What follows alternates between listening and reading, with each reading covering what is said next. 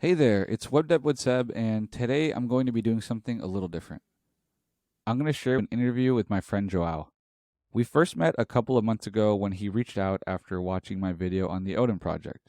He recently shared that he just landed his first job in tech and asked if we could share his journey on the channel. We're going to be talking about many things like his unconventional story, how he stayed motivated as a self taught dev, the importance of luck and execution, and so much more. Before we begin, I want to share something I'm working on. It's called Job Simulator. It's Leet code, but for real world software experience. The way it works is we give you a code base with a bunch of bugs, and your job is to fix them. Our automated tests check if you fix the bug. We've got a bunch of languages and libraries to choose from, and also have challenges for front end and back end devs. If you'd like to learn more, check the link in the description. I hope you enjoy it. Without further ado, here's my conversation with Joao. Joao, how you doing, man? I'm doing good. How are you? Pretty good, man. I'm excited to hear more about your story. I was telling people in the Discord about it, and I just got a bunch of questions. Great. They're also doing the Odin project, and Mm, there's a lot of stuff around what it was like. How'd you stay on top of things? How did you stick mhm. to it? And Yeah. we'll get to that eventually. But Mhm. I think we should just talk about your background and your story, right? Because Yeah. you were doing other stuff, right, before you started programming. Yeah, I was doing other stuff. So it was a career transition due to an unfortunate event of straight up being fired. I think that's Hmm. important to say because, well, it's a pretty traumatic event. And it's not like I was really unhappy with what I was doing before. But one of those situations where when you leave it, you realize it was not that good, right? You Hmm. sort of reflect upon it and say, hey, maybe those sort of things I put up with, I was not supposed to be putting up with them. That's more Hmm. clear to me now that I'm working in tech and things are very different from working at the bank. So yeah, I used to be working in sales, and if you work at the bank, a retail bank, you're essentially just a Hmm. salesperson, right? Because what matters is how much product can you push on the clients, right? So Hmm. that was my life, and did not me some good stuff that I'll mention about it later, that I did use my previous experience to maybe leverage this transition in some way or another. I guess another very big deal about my background would be the educational background, right? Hmm. The truth is, I think I made a mistake, which was I did not do college, right? At the time that I was supposed to do, which is like right after school, which I guess for you guys would be high school. For one reason or another, and I just struggled. I tried to start, I tried computer science and it didn't work out. The math was too hard for me at the Hmm. start. Maybe I just wasn't motivated at the time. So I tried, I failed, then I gave up. Then I tried business administration, which is another sort of degree you can get, and I just got bored of it really Hmm. fast, and so I said, I'm just gonna go to work. Because really, if you want to do stuff like sales, the truth is, nothing that you learn in college you'll actually use, right? Unless Yeah. you're maybe in a managerial position, but like just the sort of stuff I did, which is just 101. Hey, do you want to buy the financial product that's very Hmm. good for the bank and very bad for you? They don't teach you that sort of stuff in any sort of degree. So I got fired, right? And I Hmm. always had, as I just told you, I tried to do computer science degree straight away, right? It was my first attempt, but maybe I got a bit traumatized because I couldn't finish it, I couldn't start it, and so I decided, I'll just try something easier. Like Hmm. what's the path of least resistance? And at the time, it was sales and financial market job related stuff, Hmm. which was cool. But I'm really happy where I am now. Dude, that's actually really cool. I didn't know you had like a sales background because, in all sincerity, I feel like a big part of finding a job and getting the foot in the door is selling yourself. It's convincing them that, hey, you're the guy that's going to deliver. Yeah. So So, so so yeah. I even mentioned when I talked about it that that played a part in me getting a job. I think. yeah, Which is exactly that. An interview is nothing else but a sales pitch, right? yeah, yeah. It's a sales pitch. You have to sell.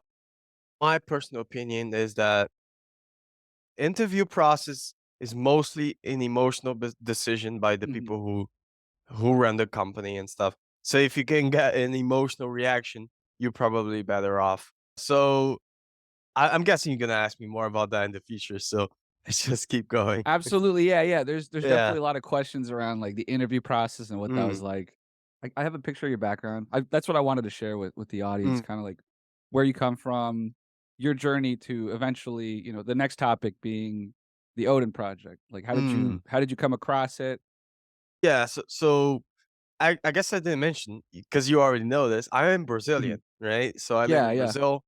And as you can tell, I speak English, and without any sort of modesty, I could say pretty well. Mhm, And so that gave me a certain that's a privilege, right? Being from Brazil and being able to speak English.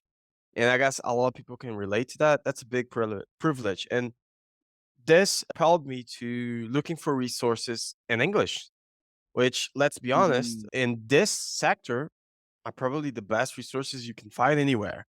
So my story, I think it begins when I actually did start doing the Odin project and didn't stop, right? mhm, But I came across the Odin project pretty much by researching. So, like on Google, what are good resources to learn programming? That's mhm, the sort of query I did. And eventually a bunch of Reddit posts and stuff. I just found the Odin project to be a name that kept coming up, coming up. mhm, So when I started out the Odin project, it starts out you're not programming, right? It mhm. starts out you're setting up your environment, right? Yeah. You're setting up your development environment. It's good in the way that it kind of puts you in a real life position straight away, which is like Mhm, I just started my job. The first thing I did was not program. I just said, okay, here's the PC you're gonna use. Download this whole bunch of software that you're gonna need. Then you're gonna touch a bit of code. So yeah, so that's how I found searched for it. You know? you just started a job recently, right? Like, Yeah, that's probably how it started. They give y- you a list of stuff and maybe they ship you a yeah, laptop, I don't know. yeah. This case, they actually bought me a couple of laptops. Oh, Uh, sweet. so yeah, they gave me a Mac, and I had to set the whole thing up, which is like, all right, you gotta download Visual Studio, gotta download my plugin settings, gotta Mhm. download Node, gotta download Android Studio and Xcode and everything. And like that was my first day. It was just downloading stuff and oh, you Mhm. gotta download the particular VPN that the company. There's a lot of setup that's involved, right? But it's good. Once you're done with the setup, it makes you a bit free. It's like a weight off your shoulders. Absolutely. I feel like every job I've had, the very first week or 2 is exactly that. It's like getting everything set up, and I get to a point, like, a weekend where I'm like, "Dude, like, I just wanna code. Like, Yeah. I just wanna build something." Okay, so you started the Odin project, how long ago was that? So I started and finished the Odin project 13th of October 2022. So, Uh-huh, but I should mention, right? A year before, I tried to start it, right? uh-huh. And I did like 70% of foundations and then I Mhm, gave up, right? But mhm, something interesting about me is I really didn't finish the Odin project. As many don't. mhm. As many don't. As many who get jobs don't. I would say, like, from the people I look at, it's more rare that you finished than that you Uh-huh. got a job from it. You know, like it's kind of funny. Yeah, I think that's super interesting because for me, the insight is you're not waiting to complete it to get a job. You're learning, and as you're learning through the Odin project, you're also, saying, "Hey, maybe I could, reach out to this recruiter, or maybe I could, drop off my Mm, resume here and, see what happens." Right? And mm, you're kinda doing things in parallel rather than first I have to finish the Odin project, and then once I'm done, then I can start applying for jobs or whatever. Or maybe yeah. I'll do another boot camp or something like, y- it's Yeah. So each person has their own journey, right? But yeah. I think a lot of people have s- something of a similar experience that I had, which is like the reason why I think the course is so good Mhm. and why I would rarely switch it from any other that I heard about is that more important than the things you actually learn is that you Mhm. sort of learn to learn. Mhm. Learn to learn programming concepts and technologies and stuff like that. So it's like by the time you get to the node section, which is the backend section, at Mhm. least for me, it felt like, okay, I actually don't need this sort of guidance anymore. I can just look up a technology from the documentation and I can Mhm. just build stuff with it. At the moment I felt comfortable with it, I no longer felt like I needed it to go where I wanted to go. And Mhm. so I already felt that I also had the maturity of saying, okay, so I actually like front end better, right? Mhm. Because, Mhm. and here's a hot take. A lot of people, I guess, when they haven't even learned anything about coding, they want to decide what they want to do with programming. Yeah. Yeah. And I don't think that's a good take because the truth is you don't know, right? Yeah. How could you know? How could you say, oh, I want to do security for big corporations and stuff? Like, Yeah. what makes you think that that's a job that's gonna be good for you? Because maybe your perception of it is movies. It's hard to say, right? And Mhm. so I always had that sort of humbleness of looking for something that could guide me in a way. And I think up until that point, it was really a good guide. That's awesome. That's awesome because it sounds like you use the Odin project as kinda like you said, like, guide guardrails Mm, to give you, like, a space to, like, try different things, front end, back end, Node, JavaScript. yeah. Yeah, so it's like it's pretty much training wheels, right? The Mhm. course feels like training wheels. You're still riding a bike, right? Mhm. You're Mhm. riding a bike. You're going places. It's just when you start out, it's very hard to know where you want to go, and it gives you a structured path that gives you Mhm. the safety of knowing if you keep going this way, you are going the right way Mhm. or in a Mhm. good way, and that's very good because on the internet, you can learn how to build a nuke, right? Mhm. You just don't know where those pages are. Mhm. You Mhm. can learn anything. You just don't know the sequence of pages you need to go. And so the other project, it feels like it's more than a course. It is not a resume. What's it called? It's a curriculum where you can just follow it. And the fact that you passed a certain test with the Mhm. requirements that they set, it's confidence enough to know that you're ready to move on. Mhm. Rather than if you go to maybe Udemy or other places where you sort of pick and choose stuff and sort of mash together, the reality is you don't know the required knowledge to jump from one course to another. And when you're starting out, it's really difficult to gauge and can be a little frustrating. So that's why I really like Mhm. one of the reasons why Odin Project is so good. Totally, totally. You mentioned earlier you were tracking your time. Can you talk more about, like, how do you stay consistent and motivated? Oh, okay. Yeah. So consistency and motivation. One of those things was just desperation. I lost my Mhm. job. I needed another Yeah. job, right? Yeah. And I needed it fast because I couldn't spend another month without a job. Mhm. So I took a big gamble. That's true. Mhm. I can send the pictures later and you can add to the video. There's a place where you can set goals for yourself. And what I put there was just unimaginable. I said, I want to get a job in 4 months. That was my Mhm. goal. Mhm. And one of the things on the Discord there, you usually talk, oh, how long does it take to finish the course? And I understand their perspective, right? Mhm. It's really hard to tell somebody, hey, it's gonna take this long, and then it Mhm. doesn't take for them, and that's demotivating. But at the same time, people's circumstances are such that time is a very big deal. Time Yeah. is a very finite resource. And so if I had even a sliver of doubt that I could do it, I wouldn't have done it Mhm. because the stakes were so high at the time. So yeah, the main reason why I got motivated is, well, necessity. I'm so happy to hear things turned out great because yeah, that gamble is it's really scary. It's It really freaking is. scary. Yeah, it is scary, but it's one of those things.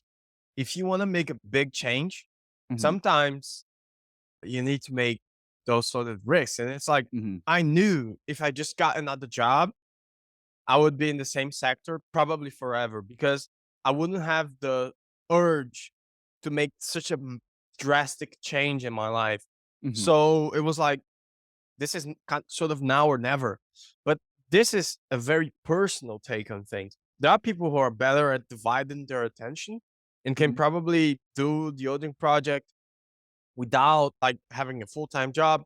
And most of the people actually did that. But I'm the sort of person who can only do one thing at once. So if you work 8 hours a day, right? Yeah. And then you maybe have you don't work remote, like you have 1 hour to get there, 1 hour to come back. So you work 10 hours a day. First of all, you're extremely tired because of the work and because of the commute.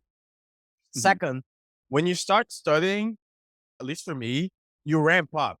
So it's like, imagine I have 3 hours of studying, right? Mhm. Dude, the first hour is the worst. Mhm. The second hour is probably the best. And the third hour, maybe the initial half is pretty good, but the last half is pretty bad. So if Mhm. you have the last time you got, the faster you gotta ramp up so you got to that good flow state of studying. So the fact that I had like essentially 8 hours full-time job to study meant that I could be in that flow for a lot more time. So that enabled me to progress. I think that's I think that's super important because a lot of people just get stuck on that first part of like, "Oh, this sucks, this sucks, this sucks," and they Yeah. just stop. They don't break through that wall, you know? And maybe that's because they don't have the time, you know? And I was afraid Absolutely. of that. And I was afraid that because, your limitations, you gotta know them really well. Yeah. And Yeah. you gotta know your limitations really well because it's a lot easier to work around your difficulties than try to overcome them straight away. You know, sometimes you can't overcome some difficulties, right? Mhm. And so I always sort of negotiated with my brain and the way I worked to sort of do hard things, try to do hard things. Mhm. So the funny thing is the working schedule, like the first hour, the half hour, it feels a bit like physics, right? So when you're in a car and you're on the Mhm. road, the hardest thing to do is to leave the ground, Mhm. right, and start walking. After that, the inertia just keeps you moving, and Mhm. that's the flow Momentum. state sort of that's the momentum you need to keep studying, keep running. So yeah.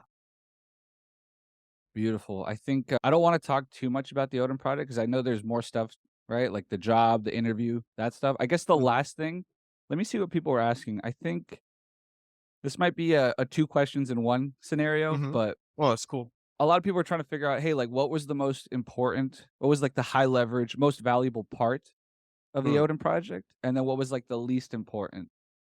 Mm. Okay. So I think the most important thing Mhm. is a little lecture it sets you to do, Mhm. which is how to think like a programmer. Mhm. The most important things in the Odin project are conceptual things. They are Mhm. not contextualized on any sort specific technology. Mhm. There are general programming topics and stuff. So like it's like simple stuff makes a big difference. So if you have a big problem, you got to make it smaller because Mhm. like I can't the apps I did, the every project I did, I never knew how to do them when I started doing them. Mhm. Never. But I knew how to do a small bit of the big project. So even just that realization of you gotta break things down, right? Mhm. Because, dude, complexity is a problem, like Everywhere. uh, Everywhere. everywhere, everywhere. And Even in if life, you, even in daily life, man. yeah, Right? so if you think it's like you want to read a book, cool, read Mhm. 10 pages a day. Mhm. Don't start reading a book thinking, oh my god, I have to read this 2,000 page book from Brandon Yeah. Sanderson. Like, that's a Mhm. hard thing to do if you're not an avid reader, which, by the way, reading is something I'm trying to pick up on. And another hard thing I'm trying to learn to do is Mhm. reading. And, but it's hard to read a full book like that, but it's easy to read 10, 20 pages a day. And then Mhm. it's easy to improve as well because you don't need to improve by 50%. You don't need to improve that much. Dude, if you improve 1% a month, Yeah. that's not a day, that's a month. So like Yeah. 13% a year, dude, you're gonna be great at anything.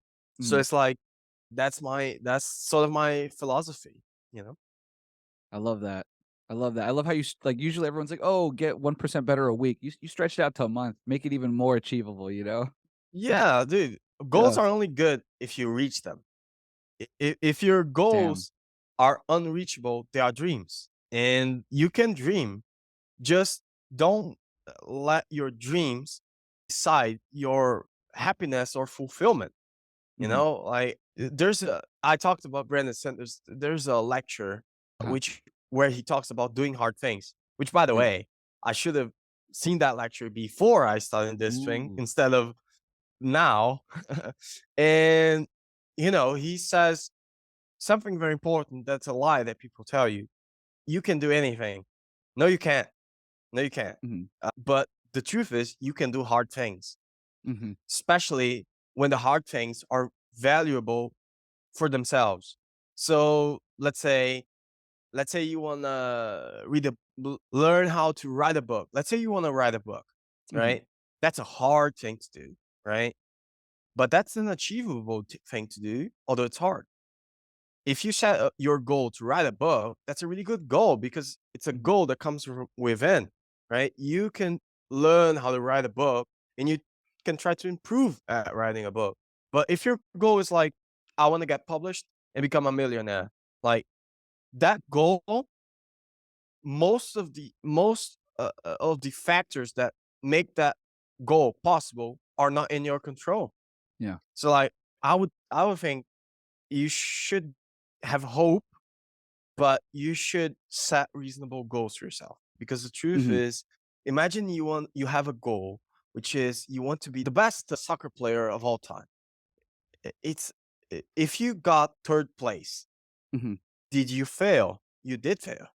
Mhm. But the reason why you failed is because of circumstances you can't control. You Yes. have no Yeah. control over how good your Yeah. competitors are. Like Yeah. imagine sometimes it's just impossible to do certain things, which is why I think goal setting should be about things you can't control. So I want to set Yeah. a goal about getting this good as a developer where I can do this specific thing. That's a Mhm. great goal because you can control that. Talking a bit about job market, I used to work in the financial sector, and here's a little Mhm. secret that is no longer a secret for most people. Financial markets, they're efficient. So at any Mhm. point in time, the market prices itself optimally. But for the job market is not efficient.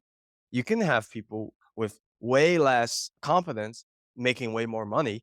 You can have Yeah. people with way more money and having way less competence and vice versa. And that's Mhm. something actually I think if you were in a position like me, you should actually consider. For Mhm. example, let's say you want to get your first job as a developer. There are companies who these days still require that you go to work, you go to the office, right? Yeah. In And most person. people in-person jobs. Mhm. So most people don't want that, but when you're starting out, maybe you should take that because Yeah. the reason is there are less competitors. Sometimes you'll learn just as much, and that can be a stepping stone in your career. So that's an if inefficiency in the job market that you just found right there. Remote jobs, they're more competitive and they don't Yeah. even necessarily pay more. Yeah. So it's like there are many things to consider, but I'll get to that when you ask about it. I love Yeah. that, like, kinda not being too picky, right? Being Mm, able to, like, adapt to where the demand is mm. and act accordingly rather than having this, like, very rigid expectation of what you want and only working within that box. I think that that can actually be constraining, especially early in your career. Yeah, that's really about it. Like you gotta find some gaps, and those gaps exist. This is a place where gaps exist, and you Yeah. should try to fill them if you want to get your foot in the door. And when you get to the job, you should think about your career in the sense of where am I? Where do I want to go? And how do I do that? Mhm. Right? And Mhm. like you sort of I think I think this is changing, but the truth is, dude, you're a business. Like, Mhm. as an employee, you're still a business. Like, Mhm. you get paid to perform a service, and Mhm. that's how you should think about it. Mhm. And so it's like, okay, so if I can do more, can I charge more for this service? Right? And another thing is, who's willing to pay this much for the service? There's a lot of considerations that you sort of have to make. And job seeking and career and stuff really has nothing to do with programming. It's a whole different skill in Mhm. itself. There are there are people who are way better programmers than me in similar situations that didn't get a job because the skill sets are different. Yeah. Let's jump into that, like, Yeah. the kind of the job hunting process and how that went, because you were, you mentioned earlier you were doing the Odin project Mm. in parallel, right? Yeah. So by about the time where I was doing my last JavaScript project, which was like a social network Mhm. website, I started like applying, looking for jobs, making up my LinkedIn, making it pretty and stuff. Mhm. But Mhm. there's something I really want to talk about before we talk about jobs, which is luck. Mhm. Luck is a big deal. Luck is a big deal. And the truth is, job hunting is a very luck based activity. That's it. It's very luck based activity. So it's it's going to be very hard for you. I would say don't put yourself in the position that I put myself in, Mhm. and you have expectations of, oh, I want to get a job within like a month of applying. Like, you Mhm. don't know Mhm. that. Like, Yeah. you have absolutely zero control of that. You can be the okay, maybe if you're absolutely the best guy, you know that, but for normal people, non geniuses uh, and stuff, you have no control of that. So job hunting is mostly luck. This is the truth.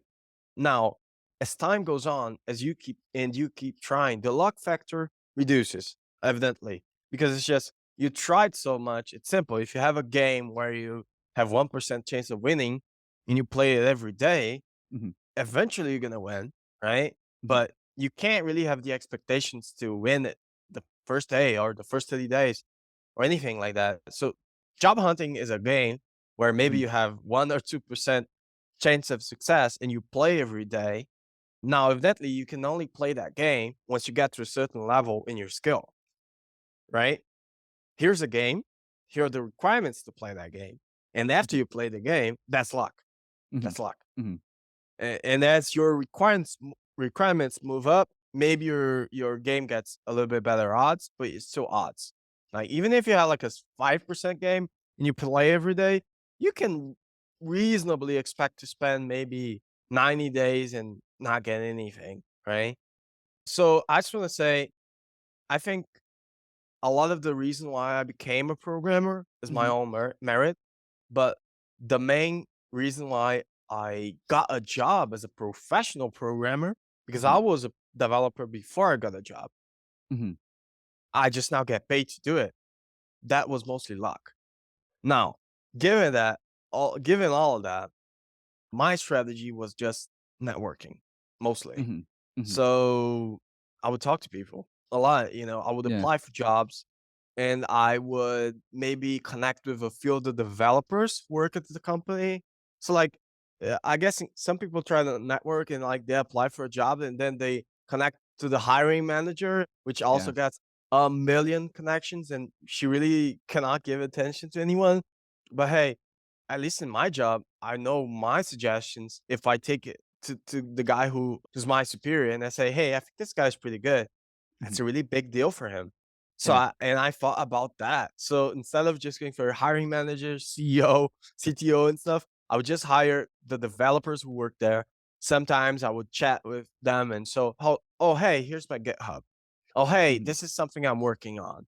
And I always tried not to be a leech. That's another thing, right? Uh-huh. If you're networking and stuff, you gotta give them value where Yeah. it feels like a cool exchange for them, Mhm. right? So, because if you're just asking for stuff, like That's not very good. And when I say give value, doesn't that necessarily mean you need to help them out with anything. But maybe you gotta be like nice about the sort of connections you talk about. Maybe share your happiness with him and congratulate him on his happiness, and just be a friend in some ways, because it's like people, when you have the open to work on LinkedIn, people know what you want. You want a Yeah, job, yeah. and you start networking, and you got to be upfront about it. And so yeah, that has been mostly my approach. As for actual job applications, 70, that's the number that worked for me. You sent out And 70 applications. 70 applications, Wow. yeah, which is low, right? I'm Yeah, guessing your wow was because it was low, and it was yeah. low. It It was was yeah, low. that is low. That is low. But when I say networking, maybe people think it's sort of a passive thing, but the truth is, if you count up the networking attempts I did, it was Mhm. more like 300 applications that I did. Mm. And so that balances out. I just tried to get my foot in the door in a way where I just took a different line. Like everybody else on Yeah, the application line, yeah. I tried to take a different route. I love That's that. it. But that's still an effort-based attempt. It's not passive Still at counts. all. Yeah, Absolutely not. it's extremely active, and probably would have taken me, I don't know if it would have taken me more work to just do the regular application, but in terms of time that I spent applying every day, you can expect 2, 3 hours, just for that, and I was studying at the same time when I started applying, so yeah. And at what point in the Odin project were you like, "Alright, it's time to apply?" So right before I actually did my portfolio project, Mhm, that's where I started going after and, like, searching for feedback on the stuff that I was doing. Like, a mhm, lot of those conversation was not like, "Hey, can I get a job at your company?" It was like, "Hey, mhm, I'm such and such. I'm doing, like, a career transition. I started mhm. studying this in this time. Would you have a look at my GitHub? Check out this project. See what you think about it. Is there any points where I could improve and stuff like that?" So that's just first of all, I tried to sort of gauge my level Mhm, within the market. Like, I wanted mhm, to know, how good am I in the perception of others, right? mhm, Because it's one of those things. Job hunting doesn't really matter as much how good you are. What really matters is how good you're perceived to be, mhm, and that's a mhm, big deal because there's a lot of inconsistencies about that. So let me tell you this.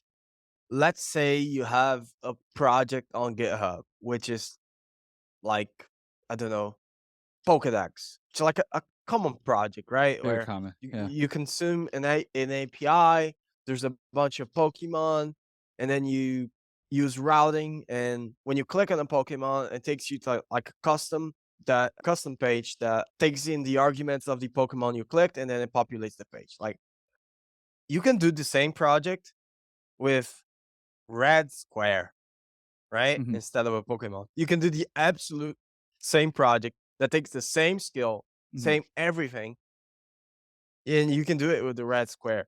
But for most people, those two guys, the guy who did it on the red square and the guy who did it on Pokemon, they're not the same. The guy who did it mhm, on Pokemon is better because the people who look at your stuff, they are not necessarily well versed in technology. mhm, mhm. So having a visually appealing project can mean way more than actually having really good code. Absolutely. By the time you gotta go through that filter. Mhm, By the time you get to somebody who asks you about your code, you can be sort of apologetic. You can refactor your code, mhm. right? But That first you have impression, that right? first impression is what Yeah. matters. It's cool hearing that you did something scary. You put out your stuff Mhm. as a non-professional developer. You're showing people projects that you just built for the first time. This is your first time learning that stack, and Mhm. you're like, "Hey, what do you think?" Which is kind of a scary thing to do. Like, Yeah. it's like you're a painter. You made your first painting, and then you go to like someone who's like a professional painter, and you're like, "Hey, like, what do you think about this?" And there's a little Yeah. bit of that, like, oh, like I feel horrible showing like a pro my amateur little thing, but that's how you get better. Yeah. It's actually, I thought about what you said in previous times, and that's actually one of the ways I learned English. So a lot of people who learn the second language, they actually never learn because they always feel they're not good enough to try. Mhm. Mhm. You know when you're good enough to try? Always. Mhm. That's it. You should try as soon as you know anything. That's it. You Yeah, should try as soon as you know anything. That's why it's so good to learn with projects because doing projects, it's trying. It's really absolutely. applying the stuff you're doing. Like, you don't need to do really incredible stuff. You just need to keep doing stuff all the time. And it's like at the time I was doing a job, the longer I spent without doing a job, the bigger the projects I was doing was going to get. By the Mhm. time that I really thought that, hey, if I don't get a job in 6 months, maybe I actually build a company because I'm Mhm. making apps all the time.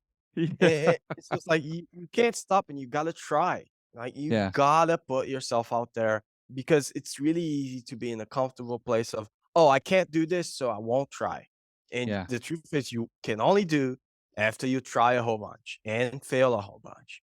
So yeah, I definitely have that mentality for a bunch of stuff. I mean, that just that alone will take you far in anything, like your career, your personal relationships, like life, you Hmm. know? Business, Yeah, everything. yeah. I think that's a you gotta try. Yeah, so tell me more about trying. So you sent out 70 applications, Hmm. and what was it like? What was the first one that you heard back from? So I actually only heard back from a couple Huh. places, Uh-huh. which is a very low number to get a job at. Your your acceptance rate is incredible if you only have 2 interviews, right? 50%, that's Yeah. unthinkable, but one of those things, that's luck, that's not really skill, that's luck. And so the first one I got was just like a hiring manager, Uh-huh. and we talked, and she really thought I was doing stuff, like, really well, I was at a good pace. She couldn't believe how long I was studying, and I sort of had to prove myself, and I didn't know if that was a good thing. So you can look at my story as a hiring manager and think Mhm. one of two things. The first and most obvious is he's incredibly inexperienced, and this is Mhm. true.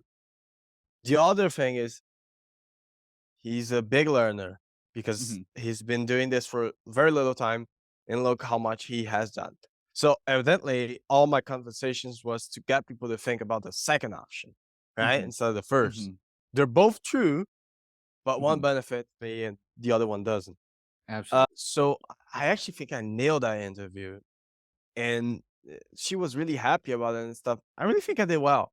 The reason why I think I didn't hear from her after that was just my salary expectation were above what the employer wanted to pay, Yeah. considerably above. And to be honest, I'm happy that she didn't reply because Yeah. so so so here in Brazil, there's 2 ways you can get hired. So there's like Yeah. direct hiring and working as a contractor. Mhm. And this first one was as a contractor. And when you're a contractor and you're working for someone, in my POV, it's not very good. It's one thing Mhm. to be a contractor and be a freelancer, Mhm. because that's actually the reason why that exists. Being a Yeah. contractor exists. It's for that. So you have flexibility and stuff. But when you're a contractor and you work for a company, what that means is you just get less rights, Yeah. with the same responsibility as you'd get if you got full benefits and Mhm. stuff. Mhm. So I really didn't like that. So I didn't get a response anyway, so it didn't matter if I liked. So, Mhm.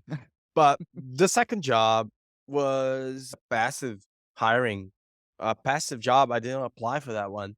Somebody Mhm. just came to me on LinkedIn.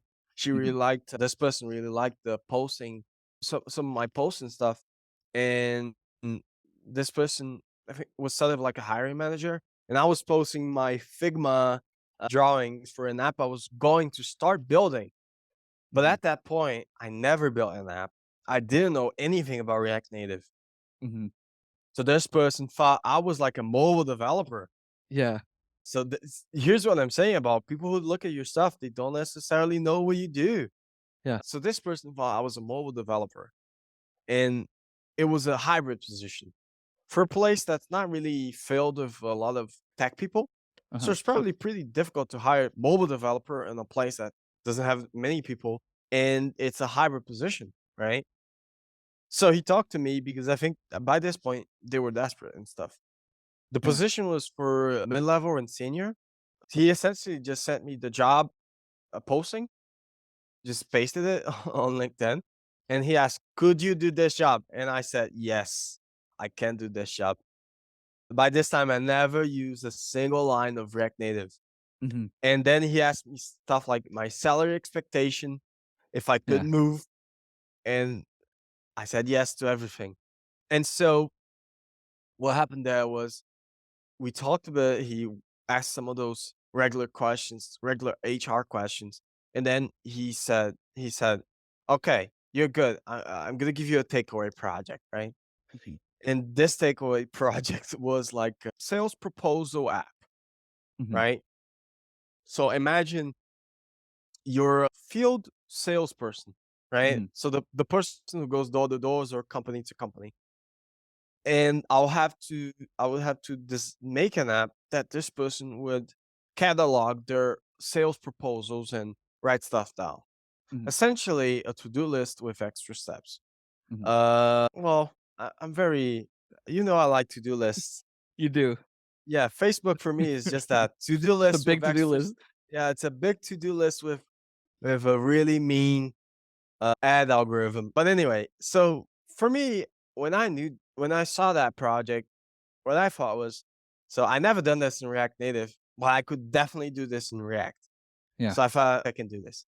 Mhm. And then Mhm. and then he said, "Could you do this by?" I don't actually know the order of the days of the week in English, so Yeah. it's like Monday. What's after Monday? Monday and Tuesday, then Tuesday and then. Wednesday. So could you do this by Wednesday? And I said I could do this by Monday. Yeah, yeah, yeah. I remember you told me this. Yeah, it was I was like, Friday. "Dude, are you crazy?" Yeah, it Oh my was god. Friday. I never touched React Native, and then I just started touching it. Yeah, yeah, yeah. And it took me a while to do it, even though it was a simple project. If I tried to do it Mhm. today, probably could do it in a day, but it took me Mhm. a good time there. But you know, you live and you learn. I gave them something that they thought was cool, Mhm. and they really liked me and sent me an offer, and I accepted. That's how I got this job I'm currently at. You know. I remember when you were applying, you were like, "I told him I could do it by the end of the weekend." And I was like, "Dude, I've used React Native a little bit, and I just remember butting heads with it Yeah. ages ago." And I was like, "Oof, man, I don't know. You've got guts. You went in and you just." I remember, like, so tell me more about the project. Did you have to do it exactly as they specified, or did you have a little bit of freedom? So that's actually something good. So they don't have a UX guy or UI guy. Uh-huh, So what they sent me uh-huh. was awful. It was Yeah. ugly as hell. And I told them that. I said, "This is very ugly." Well, I told them that after showed my projects and stuff. Mhm, That's actually something one of the reasons why I got the job is because I leveraged how bad it was to make something that's better and mhm. explain my application in the context of the usage. So it's like, Yeah. so this application is going to be used by somebody on the field. So this big form, he will never write. So Mhm, instead of having him type everything, I just used an API to connect the zip code and just populate the rest of the address. So this mhm, guy who's needs things to happen very fast, it mhm, just mhm. happened. I just made it faster. So I improved upon what they sent me, both visually and in terms of usability. And Yeah. they really liked that because that was not a requirement and stuff, but I couldn't do what they sent me. That would look bad for my portfolio because one of the things they said is like, you can put this on your personal portfolio, no problem. Uh-huh. And that was an indication that the company was I was dealing with was a good company because the truth is, Yeah. when you do these sort of projects and you don't get the job and you cannot put that project out there, that's probably progress you made. You cannot You show can't show. anybody. Yeah. So the fact that they let me show to people, that was really nice. I ended up not showing because, well, I got the job, and turns out I'm gonna have to build an app that uses some of the stuff from there. Mhm. So I didn't show, but I was going to show, and I was worried about if I didn't get the job, so this is one of Mhm. something I want to put up on GitHub. So I'm not gonna put up what they gave me. So Yeah. I made it a bit color, I think. Yeah. Man, and another thing that we haven't even, like, explicitly said is, you know, the role is it mobile? I think it's mobile, right? Yeah, that's front Yeah. end mobile dev, and Front-end mobile dev. I really like the job there. And Uh-huh. I'm not sure if we're gonna talk about how it's going on the job, but yeah, Mm. I'll tell you more about it when you get there. Yeah, I think I mean, we could just jump right into that, like, Right, great. how's it been? Because you started what? Has it been a month yet? No, it's I started on the 16th. Oh, wow, wow, it's the 28th today, so yeah, it's only been 12 it hasn't even been 2 weeks. Yeah, it hasn't been 2 weeks, and Wow.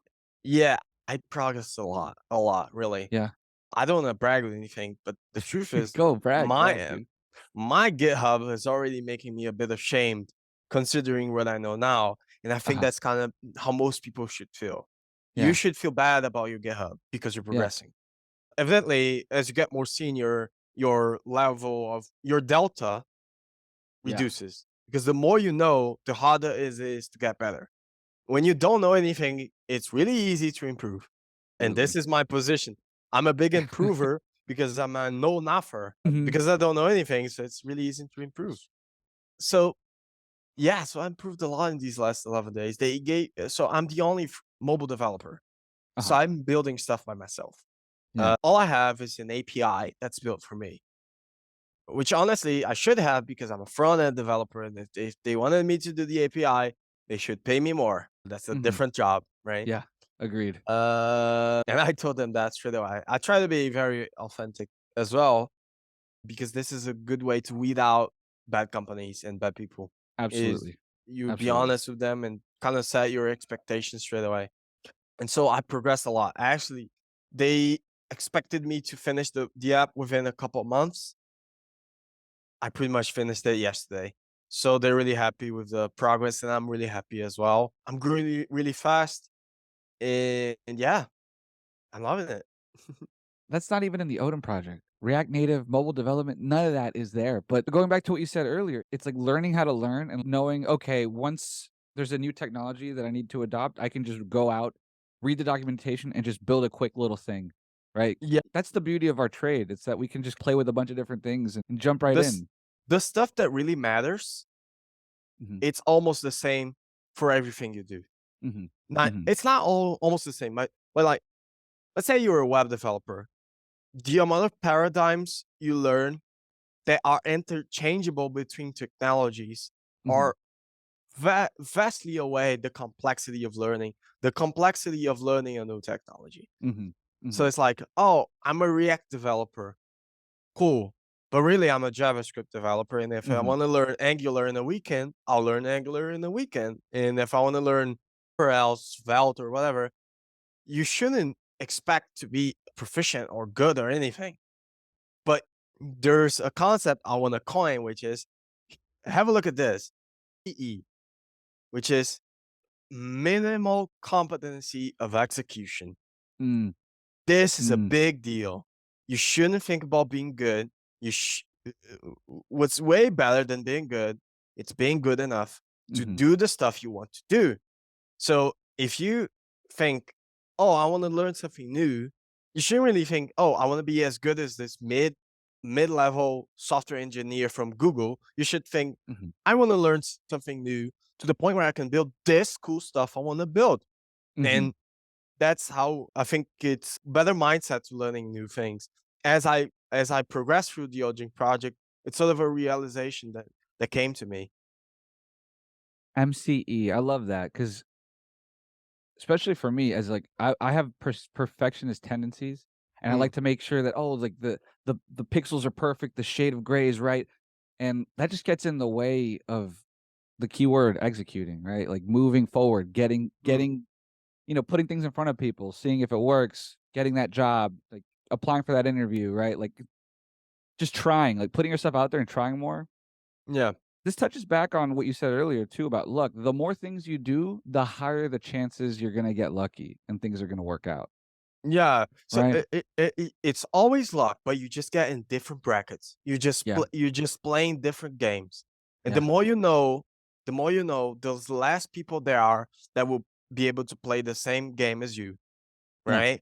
And when you get to those different games, since there's less people, it's easier to win the game. Yep, That's yep. that's the whole trick. The more you know, the better odds you get, but it's still odds, still odds. That's a very big You deal. could, yeah, yeah, You can be really good and be unsuccessful. yeah. This is That's the exactly what I absolute was gonna say. truth. You could always lose. You could like losing is always a possibility, and that's okay. Losing That's is the okay. losing is normal. Winning Yeah. is just the exception. Yes. But Exactly. but if you try consistently enough, the exception happens, right? Hmm. Thankfully, otherwise we'd all be jobless and whatever, right? And there's actually something you talked about that I want to mention. So minimum competency of execution. Going back to the Odin project. So on the Odin project, you move Hmm. up and your projects get bigger and bigger and bigger as you learn new stuff. Hmm. So here's something always say: don't make your projects good, too good. Like Hmm. make your projects good enough where you can move on. Yeah. Make them meet the Yeah. minimal requirements. And this is Hmm. really simple. So the first time you do the to-do list on the Odin project, it's a hard project because you never did it. You don't exactly know how to deal with the data part of, okay, so where do I save this? Where do I Yeah. put this? And you in on the Odin project, you do it on bare bones JavaScript. And that's harder Hmm. because a lot of the abstraction of the complexity of this particular project that you have on React, you don't have yet on JavaScript. Hmm. So the same thing, it's a lot harder to do in JavaScript than on React. And then what happens is people spend a lot of time doing to-do lists on JavaScript. They're digging with a shovel when tomorrow you get a tractor. Hmm. Like, why are you doing this? And so it's like, dude, you shouldn't worry about making the most awesome to-do list. You know why? Because Yeah. even if you do, probably doesn't matter because everybody has to-do lists, and it's Yeah. a project where it doesn't really make you stand out, even if you make it really good. So yeah. Yeah, the way I put that is, like, focus your effort on high leverage work, things that, like, that you'll work on and they'll have big, big returns rather than, polishing that to-do list app. The returns are gonna be marginal, right? Yeah. So, and I yeah. you also mentioned, like, yeah, like, instead of building things from scratch with JavaScript, just pick up React. Like, that's something that I kind of butt heads with the Odin project on. Like, Mm, I don't get me wrong. I do think you should learn things from first principles. Understand, like, hey, beneath React is JavaScript, HTML, and CSS, right? Like, and mm, things kind of build upward, right? But I do get to a point where I just see people just trying to avoid picking up React because they want to learn HTML, CSS, and JavaScript, and that's actually hurting them more than helping them mm. because with React, like, there's just so many resources, there's so many libraries you could use to help you build even more robust, complicated, interesting things. And Mm. on top of that, not a lot of jobs hire HTML, CSS, and JavaScript, Dude, you know? I don't even know what HTML is anymore. Actually, I don't even use it anymore, right? But even Yeah, yeah. as I was a web developer, dude, HTML is only a footnote on Yeah, your progress as a developer. yeah, This is eventually you want to have a good idea of what each element does. Sometimes it's exactly. really so there are elements that are more important than others, right? Mhm, It's important to know about semantic elements, mhm, right? Because they provide a value that although most people don't see it, it's important, it's good. And also elements related to forms are very mhm, important as mhm, well. mhm, But it's like, dude, you don't need to learn everything about HTML until you can move on. For the love of God, mhm, you only need to learn things as you use them. Like, if you don't need to use them, if you don't have the tools to use them to make something real, you don't need to learn it to an extent where it might become actually detrimental, like you said. Given that, I would say the Odin project, maybe it stays a little bit too much on JavaScript, but honestly, I wouldn't change it too much because I think mhm. you don't really I wouldn't change that aspect too much. It's always changing, right, the other project. I think there are other aspects I where think it Emmett. has more room to improve than other Yeah, stuff. Yeah, so Emmet, like you said, yeah. it's essentially useless, like, not useless, but it's, like, such a minor thing. The gain you get from learning that is so little, and, that's mostly, like, nitpicky. The Emmet Yeah, yeah. session took me like 20 minutes. So I was like, "Oh god, I lost 20 minutes of my progress. That could have been a coffee break. Oh my god." So it's like Yeah. maybe if they had a big, huge project that would take up a bunch of time and it's not very good for you, I'd be putting it down. But Yeah, yeah. essentially those things are very minor, and I would say also you shouldn't, especially when you're learning out, you shouldn't really be thinking most of the time about how good your course is. You should be doing the Mhm. course. Just do the You course. just do the Yeah, course because uh, agreed. even a bad course, when you finish it, it's better than no course. We're almost done here. One thing people were Cool. asking a lot about Yeah. was the portfolio. What are your thoughts on the portfolio? So actually, I think my portfolio got me a lot of compliments, but not a lot Mhm. of results. Yeah, Right. I yeah, think this because honestly, the lady who actually saw my portfolio thought it was cool. That didn't pan out. So the truth is, I'm not really the best person to talk about portfolio because, yeah.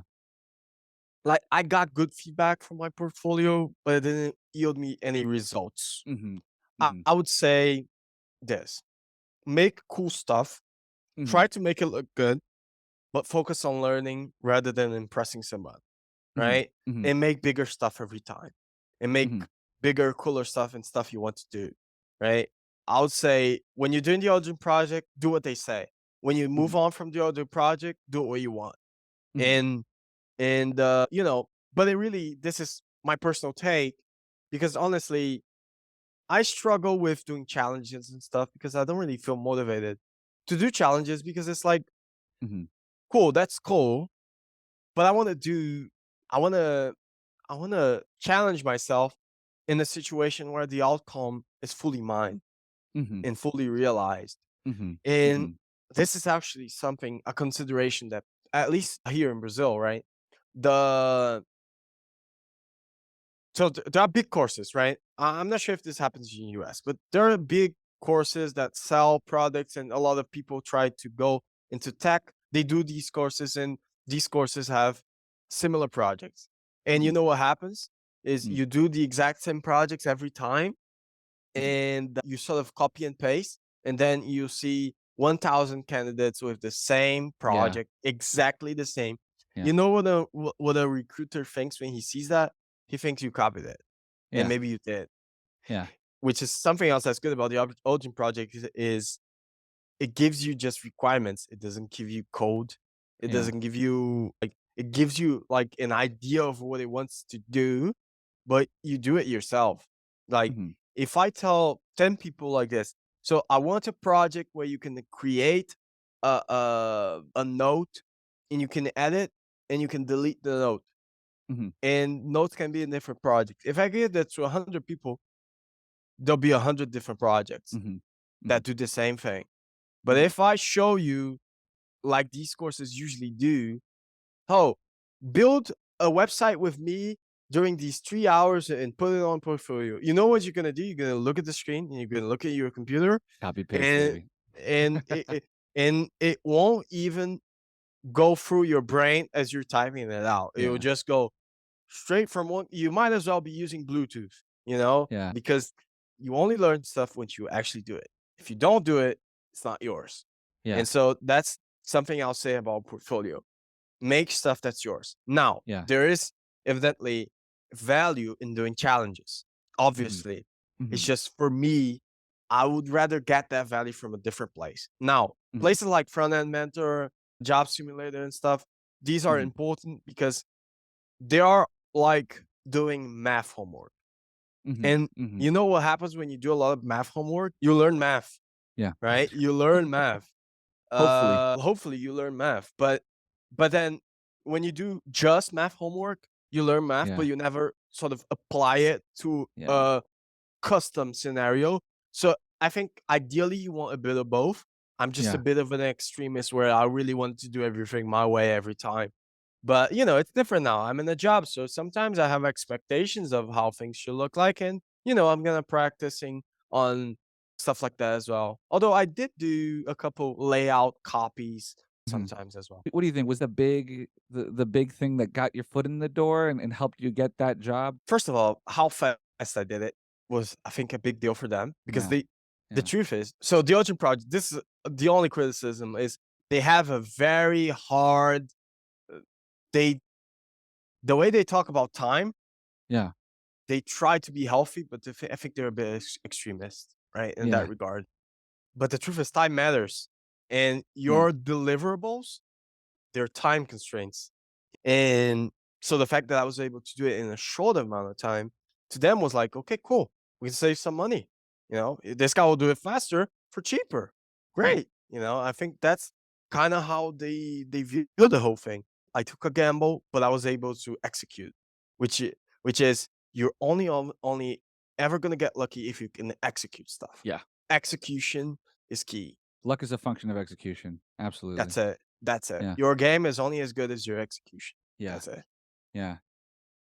Joao, any parting words? There's a lot of wisdom here. I think they're gonna love it. I got a lot out of it, so I think other people will too.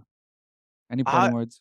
Yeah, I have a parting word, which is like something I already mentioned is focus on being a developer. Yeah. You might need a job, you might want a job. I really needed a job, I really wanted a job. And therefore I had to set an objective for myself that was not a good one, which Mhm. was an objective where the completion of it required the perception of others, Mhm. right? That's Mhm. getting a job. That's a luck-based objective. Mhm. The objective you really ought to have is to improve and to get better. Mhm. You get to play on different leagues, different games. Mhm. And luck, it's funny. I'm Brazilian.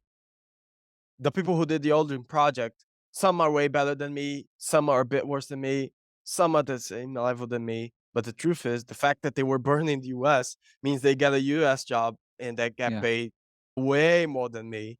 Uh-huh.